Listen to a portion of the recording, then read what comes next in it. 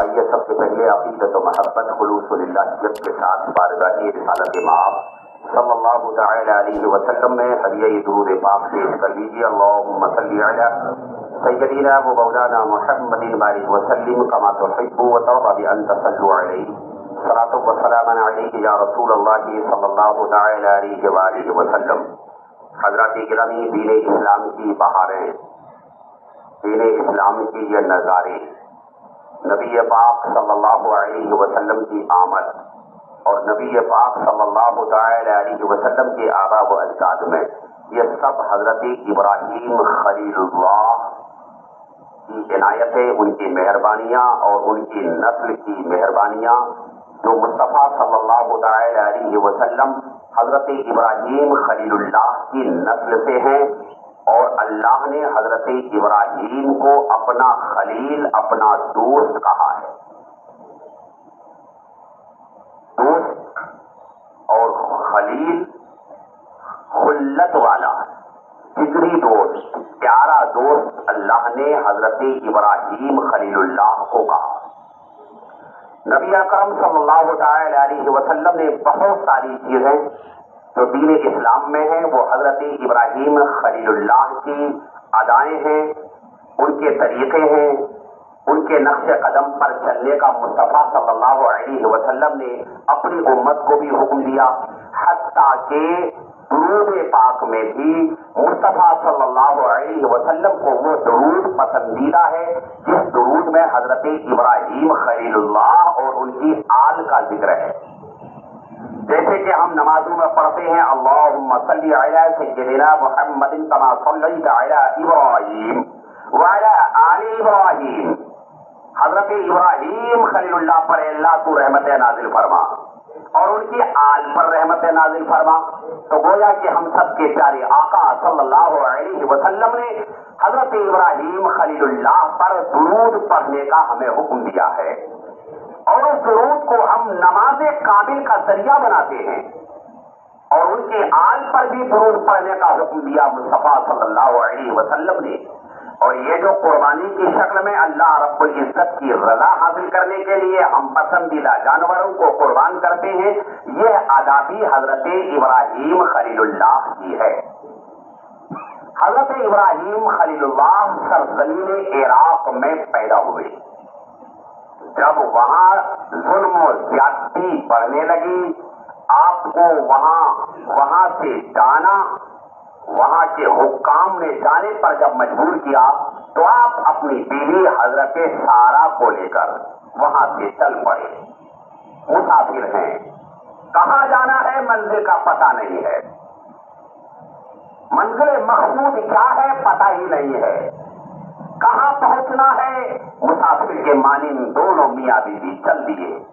چلتے چلتے سرزمین مصر جب پہنچے تو شام کا وقت ہو چکا تھا۔ ایک محل نظر آیا جو فرعون مصر کا محل تھا۔ وہ فرعون مصر ایسا بادشاہ، ایسا فرعونی ذہنیت والا تھا کہ زناکاری اس کی عام ہو چکی تھی۔ اپنے ملک میں کسی بھی حسن جمال کے پیکر کو دیکھتا تو وہ فریفتہ ہو جاتا، کہیں سے اطلاع ملتی تو اٹھوا لی جاتی۔ اس قدر ظلم عروج پر پہنچ چکا تھا۔ حضرت سارہ حسن و جمال کا پیکر تھی۔ حضرت ابراہیم خلیل اللہ اپنی بیوی حضرت سارہ کے ساتھ شام کے وقت جب محل کے پاس پہنچے، فرعون مصر کی نیت بدل گئی۔ گندی ذہنیت والے نے اپنی ملکہ سے کہا کہ مرد کو تو باہر ہی قیامگاہ میں ٹھہراؤ اور پھر ان کی بیوی کو ہمارے کمرے میں لے آؤ۔ حضرت سارہ کو حکم ملا اندر جانے کا۔ حضرت سارہ نے وضو کیا، وضو کر کے اللہ رب العزت کی بارگاہ میں عبادت میں لگ گئی۔ جب فرعون مصر کی نیت بگڑی، آگے بڑھنا چاہا، ایک دو قدم بڑھتی ہی اس کا جسم ایسا معذور ہوا کہ گوشت کے لوتھڑے کے مانند ہاتھ ہلانا چاہتا تھا مگر ہاتھ نہیں ہل رہا ہے، اٹھنا چاہ رہا ہے مگر اٹھ نہیں پا رہا ہے۔ جسمانی حرکت کرنا چاہتا ہے مگر باڈی ہل نہیں رہی ہے. زبان کام کر رہی تھی, آنکھیں کام کر رہی تھی کہ اس عذاب کو دیکھے اور منہ سے کچھ بولے. حضرت سارہ کو کہا, اے اللہ کی نیک بندی, مجھے لگ رہا ہے کہ تو پارسا ہے, تو عابدہ زاہدہ ہے, میری حالت پر رحم کھا, میرے لیے دعا کر دے, میری نیت بگڑ گئی تھی, اب میں توبہ کرتا ہوں کہ میں تیری طرف کو نہیں بڑھوں گا. حضرت سارہ نے اللہ کی بارگاہ میں دعا کی. اللہ کی بندیوں کی دعائیں رب کی بارگاہ میں فوراً قبول ہو جاتی ہے. رب کی بارگاہ میں دعا قبول ہوئی. فرعون مصر تندرست ہو گیا, صحت مند ہو گیا. جب اس نے ہاتھ کو اٹھایا ہاتھ پھٹ گیا, جب کھڑا ہوا تو کھڑا ہو گیا. اب باڈی کو ہلا کر دیکھ رہا ہے تو وہ ذہن و دماغ میں یہی سوچ رہا ہے, شاید ہو سکتا ہے میرے ذہن کا فطور ہو, میں تو ٹھیک ٹھاک ہوں, میں تو صحت مند ہوں, میں تو تندرست ہوں, میں تو اپاہج ہوا ہی نہیں تھا. پھر نیت بگاڑ کر کھڑا ہو کر جب چلنے لگا, نیت بہکی, باڈی کا ستیہ ناش ہو گیا, پھر معذور ہو کر گر گیا. حضرت سارہ کو دیکھ کر بولا, اے اللہ کی نیک بندی, اب مجھ سے یہ غلطی نہیں ہوگی, معاف کر دے. 3 مرتبہ یہ حرکت کی اور 3 مرتبہ اپاہج ہو گیا, بے دست و پا ہو گیا, معذور, گوشت کا لوتھڑا, نہ چلنے کے قابل, نہ ہلنے کے قابل, نہ باڈی کو ہلانے کے قابل. حضرت سارہ سے معافی مانگنے لگا. وہ بارگاہیں ایسی بارگاہیں تھی کہ جب جب معافی ہو تب تب ادھر سے قبول ہو جائے. وہاں تو زیادہ اتمام حجت کی ضرورت ہی نہیں پڑتی تھی. وہ اللہ والے تھے اور اللہ والوں کی بیویاں تھی جن کی دعائیں رب کی بارگاہ میں مستجاب الدعوات ہوتی ہیں. فوراً ہی انہوں نے دعا کر دی, دعا قبول ہو گئی. 3 مرتبہ جب یہ حالت ہوئی, یہ سمجھ گیا کہ یہ عام عورت نہیں ہے. میں نے سینکڑوں عورتوں کے ساتھ یہ برائی کی مگر یہ معاملہ کبھی نہیں ہوا.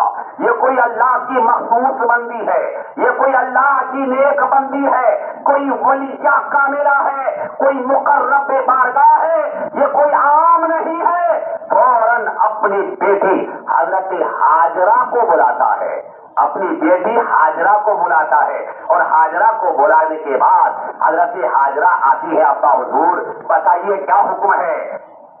فرعون مصر نے کہا, اے میری بیٹی, یہ جو تمہارے سامنے عابدہ زاہدہ بیٹی ہے یہ کوئی عام عورت نہیں ہے. مجھے یقین کامل ہے کہ رب پاک کی مقبول ترین بندوں میں سے ایک بندی ایسی ہے جس کی دعائیں رب کی بارگاہ میں ڈائریکٹ قبول ہوتی ہے. اے میری بیٹی, کسی محل کی ملکہ بننے سے بہتر, کسی محل کی رانی بننے سے بہتر, کسی محل کی حاکمہ بننے سے بہتر تیرے لیے یہ ہے کہ تو اس کی خادمہ بن کر زندگی گزار لے, تو اس کی خدمت کرنے والی بن جائے. تیری دنیا بھی سدھر جائے گی, تیری آخرت بھی سدھر جائے گی. پھر اس نے اپنی بیٹی حضرت ہاجرہ کو حضرت سارہ کے حوالے کر دیا, یہ کہہ کر کہ یہ میری چہیتی بیٹی ہے, یہ میری لاڈلی بیٹی ہے, یہ میری پیاری بیٹی ہے. میں تجھے عام عورتوں میں سے نہیں سمجھتا, تو اللہ کی نیک بندی پارسا ہے. میری بیٹی کو قبول کر لو اور تمہاری خدمت کے لیے یہ وقف کی جاتی ہے, تمہیں دی جاتی ہے. حضرت سارہ نے حضرت ہاجرہ کا ہاتھ پکڑا, باہر تشریف لائی اور حضرت ابراہیم خلیل اللہ کے ساتھ چل پڑی. چلتے چلتے وہی مصر ہے. حضرت ابراہیم خلیل اللہ سے بولی, آپ کی عمر 70 سال ہو چکی ہے, کوئی اولاد نہیں ہے, ابھی گود میری خالی ہے, مجھے امید نہیں کہ میری گود سے کوئی, میری کوکھ سے کوئی اولاد ہو. میں آپ کو اجازت دیتی ہوں کہ آپ ہاجرہ سے نکاح کر لیں, ہو سکتا ہے رب پاک انہی کے بطن سے نسل چلا دے. اللہ اللہ, وہی ہاجرہ کی کوکھ ہے جن سے انبیاء تشریف لائے اور امام الانبیاء بھی تشریف لے آئے. ہم سب کے پیارے آقا بھی انہی کی نسل سے دنیا میں تشریف لے آئے. حضرت حاجرہ سے نکاح ہو گیا حضرت سارا کے کہنے پر. 9 مہینے کے بعد حضرت اسماعیل ذبیح اللہ تشریف لے آئے. حضرت اسماعیل دنیا میں جب تشریف لائے ان کے حسن کا کوئی جواب نہیں, حسن و جمال کا کوئی جواب نہیں. حضرت اسماعیل ذبیح اللہ تشریف لے آئے. فطرت ہوتی ہے کہ باپ اپنی اولاد سے بے پناہ محبت کرتا ہے.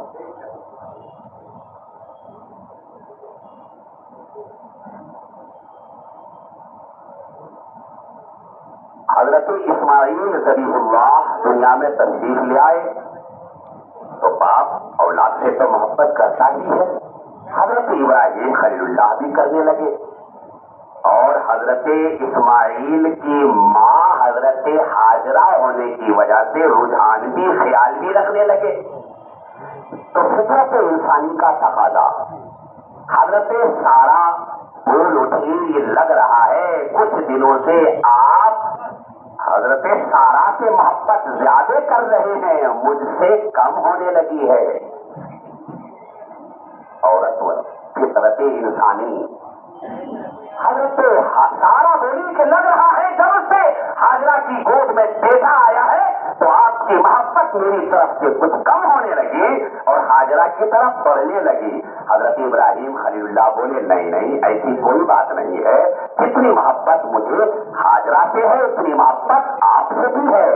تو پھر حضرت سارا بولی تو پھر میں یہ چاہتی ہوں کہ دونوں ماں اور بیٹے کو دور کہیں ویران جگہ پر چھوڑ کر آ جائیں.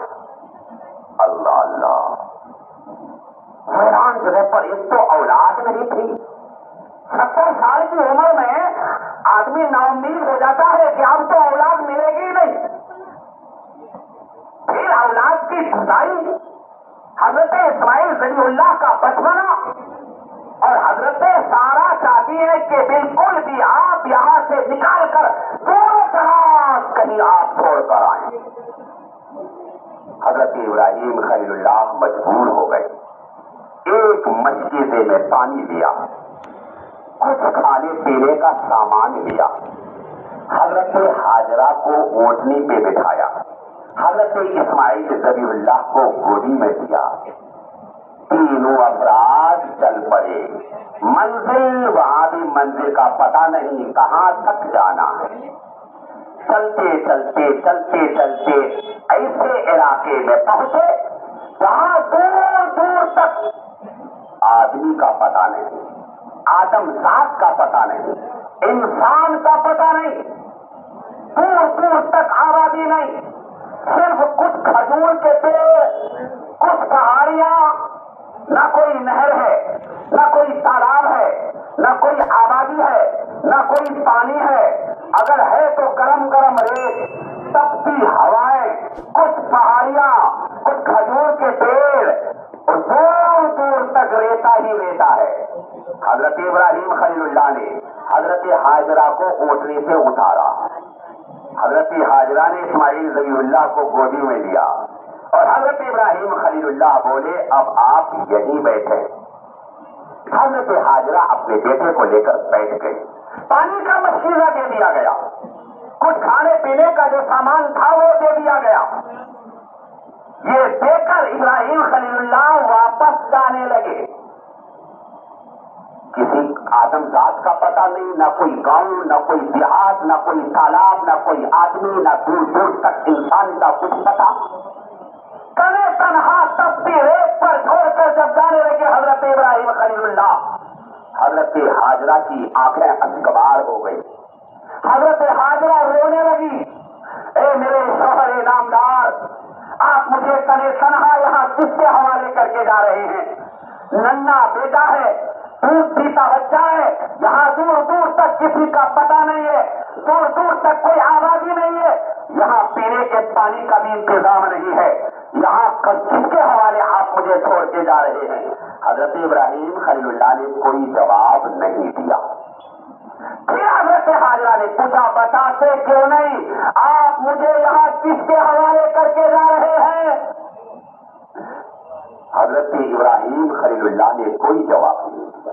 تمہارا جب پوچھا آپ بولتے کیوں نہیں؟ اس چھوٹے سے بچے میرے رخت جگر کو میری گود میں ڈال کر اس سب سے ریت پر اس ریگستان علاقے میں مجھے آپ چھوڑ کر تلے پر ہاتھ چلے جا رہے ہیں. مجھے کس کے حوالے یہاں چھوڑ کے جا رہے ہیں؟ کیا اللہ کا یہی حکم ہے؟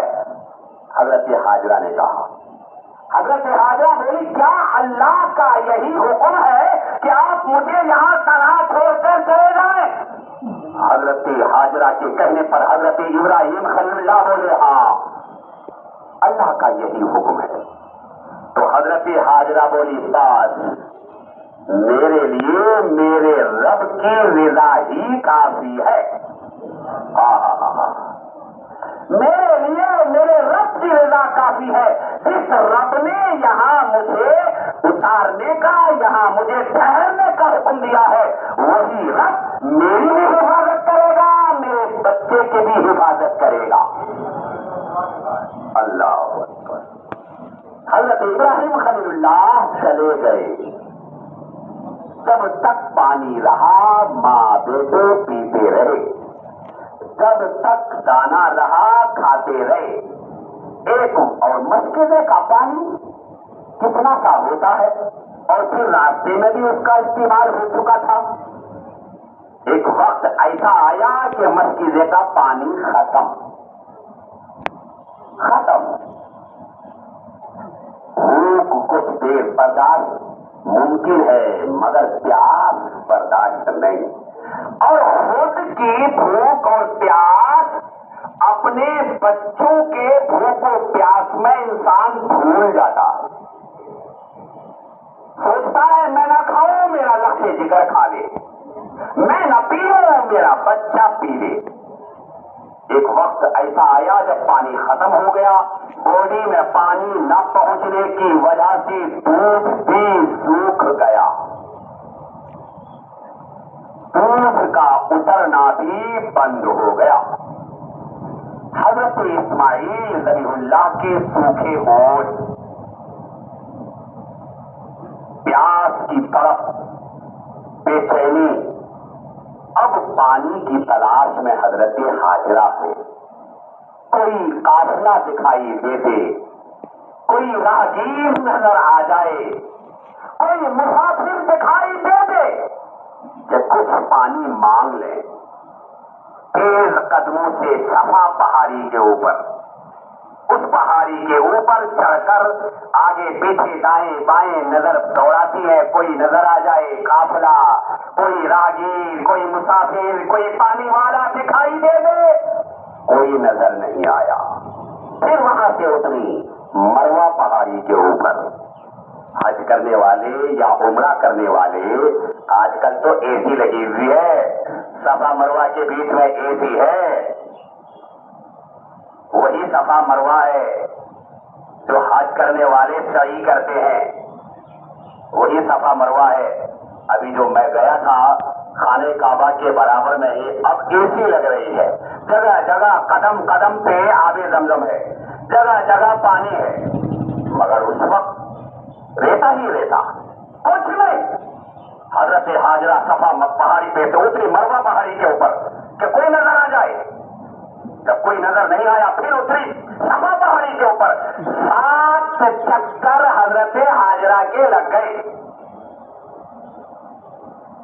پھر کیا دیکھا کہ حضرت اسماعیل ذبیح اللہ پیاس کے مارے ایریا اس ریتے پہ گرم گرم ریت پہ ایریا لگا رہے ہیں, ایریا مار رہے ہیں. بچہ جب روتا ہے تو کیا کرتا ہے؟ ایریا مارتا ہے. حضرت اسماعیل ذبیح اللہ کی ایڑیوں کی رگڑ کی برکت سے اللہ نے آب زمزم پیدا کر دیا. اب یہ مسیحت الہی دیکھیے. حضرت اسماعیل ذبیح اللہ کی پیاس کی طرف, حضرت اسماعیل ذبیح اللہ کا رونا, حضرت اسماعیل ذبیح اللہ کا ایڑی کو رگڑنا رب پاک کی بارگاہ میں اس قدر مقبول کہ اللہ نے آب زمزم کو پیدا فرما دیا.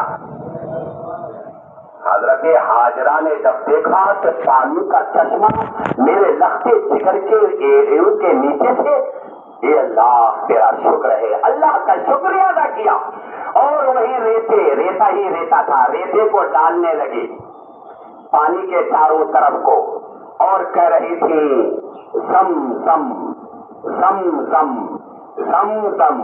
زمزم کا اردو میں معنی ہے تھم تھم، رک رک، ٹھہر ٹھہر۔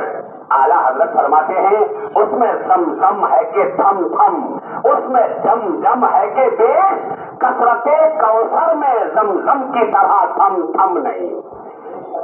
یعنی وہاں تو ہے رک جا ٹھہر جا اے پانی، رک جا ٹھہر جا اے پانی، مگر کل قیامت کے دن مصطفیٰ کو اللہ آب کوثر کا مالک بنائے گا تو وہاں ٹھہر ٹھہر نہیں ہوگا، وہاں تھم تھم نہیں ہوگا، بلکہ وہاں مصطفیٰ کہیں گے آتے رہو، سیراب ہوتے رہو۔